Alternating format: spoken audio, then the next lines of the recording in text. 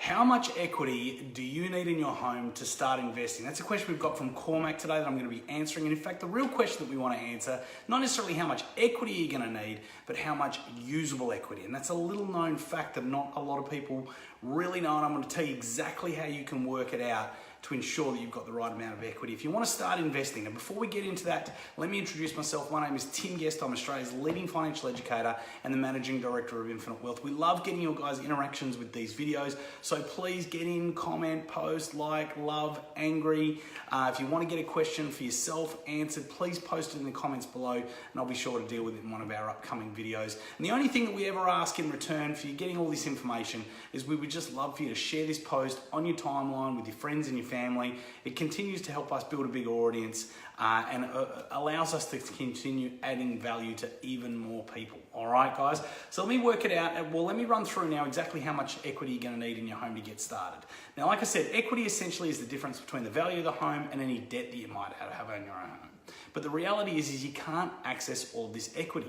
So if you're going to be looking at investing in a property, the thing that you're going to need to know is how much of that equity is usable. Now, first of all, what are you going to need to invest? Well, typically at the moment, the minimum deposit you can get into an investment property is about 5%. If you're looking at, let's say a $500,000 home, you're talking $25,000 in terms of the deposit. Plus you're going to have costs, things like stamp duty, rates, taxes, settlement fees, things like that. It's generally pretty healthy to allow around about $20,000. So right there, you're talking around about $45,000. So what you're going to need really if you want to start investing, depending on the budget and what you're looking to spend, is somewhere in the realm of around about $40,000 to $50,000.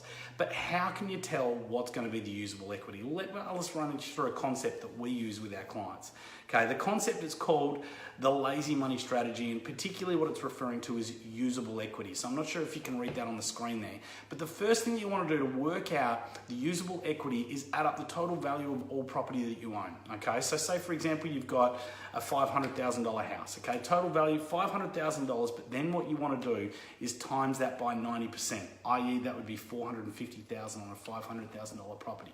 The reason why we do that is because banks at the moment are typically looking to ensure that you're going to leave a 10% deposit, okay, what they refer to as a 90% LVR, if you're looking at refinancing your home. So they're going to want to leave that 10% sitting in there as their own security, meaning that the maximum equity that you could access is up to the $450,000.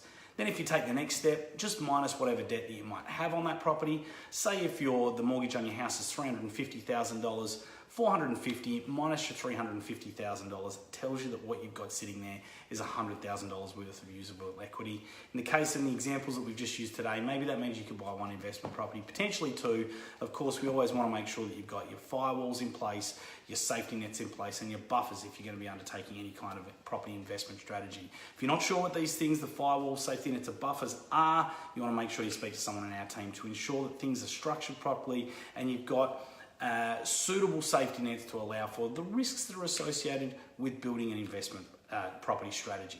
So guys, that's pretty much all it's going to come down to today. It's not so much the equity, it's the usable equity. If you use a lazy money strategy, that'll determine for you exactly how much usable equity you've got.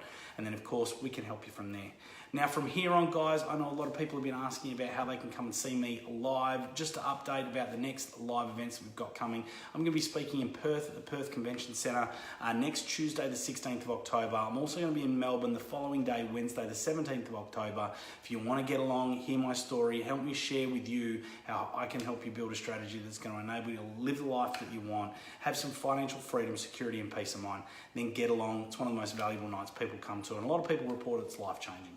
Apart from that, guys, like I said, we love to hear your interaction with this post, so please comment, like, love, angry. Please also share this with your friends and family so that we continue sharing this education and enabling more Australians to actually reach their goals, and I look forward to speaking to you in the next video. Thanks a lot, guys. Have a great day.